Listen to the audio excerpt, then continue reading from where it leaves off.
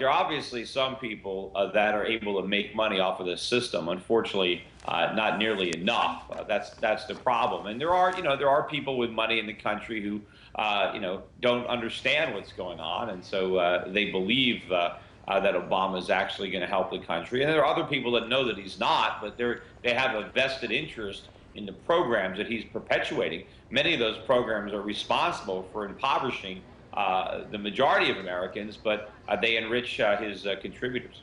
Well, I think there's a lot of policies that are perpetuating the financial bubble, that are perpetuating Wall Street. And so I think a lot of financiers are benefiting from the reckless policies. Certainly, a lot of the industries that government drives money towards, education, healthcare, those sectors are bloated. And there's a lot of money that's being spent there in a very wasteful manner. But obviously, there are people who benefit from that wasteful spending because that's the source of their income. So there is an entire constituency that is feeding off the public trough. And Barack Obama is there to fill it up. And so there are plenty of people that benefit from it, and they help reelect them. And of course, you've got the drug companies, I think, pharmaceutical companies benefit, large brokerage firms benefit. There are a number of companies that I think are direct beneficiaries of a lot of these government programs, a lot of regulations that stifle competition, benefit the companies that are being protected by competition. But I think the entire economy suffers from these big government policies. I think a lot of people are becoming disillusioned with the president. That's why his support is falling, and I expect his support to continue to fall. But that's not going to diminish his ability to raise money.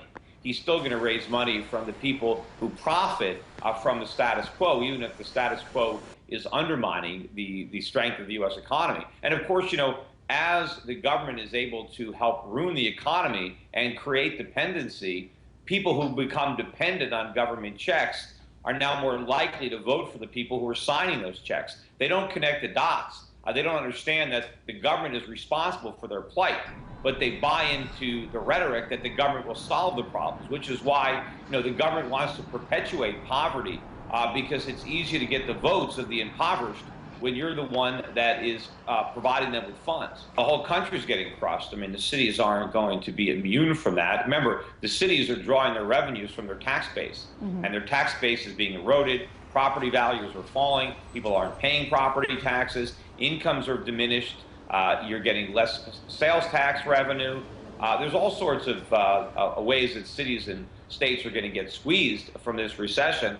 The real problem is going to be when interest rates start to rise, because a lot of these municipalities or states are surviving by borrowing.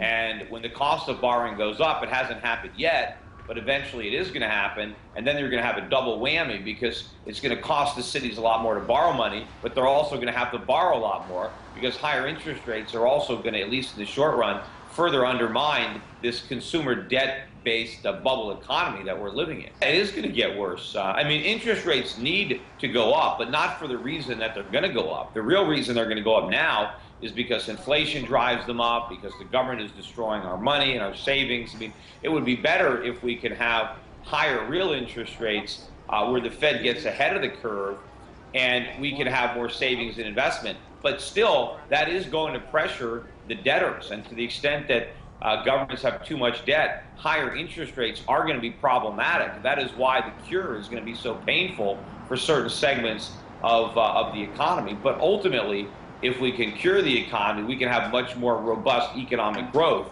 which ultimately will benefit the states, even if in the short run they are negatively impacted by the increased cost of servicing their debts, which is also why some of these municipalities or states are going to end up defaulting on some of that debt in order for it to be manageable. It could get a lot worse. I mean, we really see nothing yet. I mean, things are bad. People are having a hard time getting jobs. But the people that still have jobs, I mean, they're getting squeezed a little bit, but nothing like it's going to be.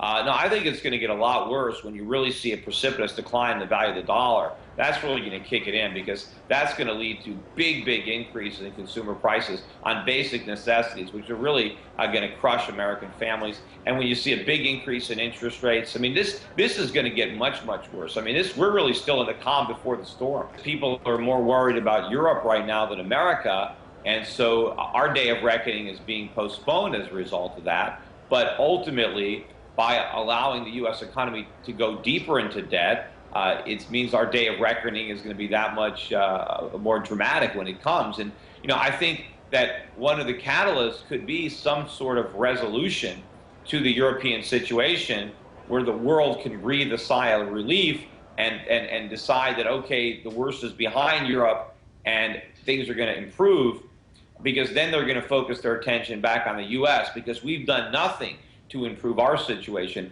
Our fiscal imbalances continue to deteriorate.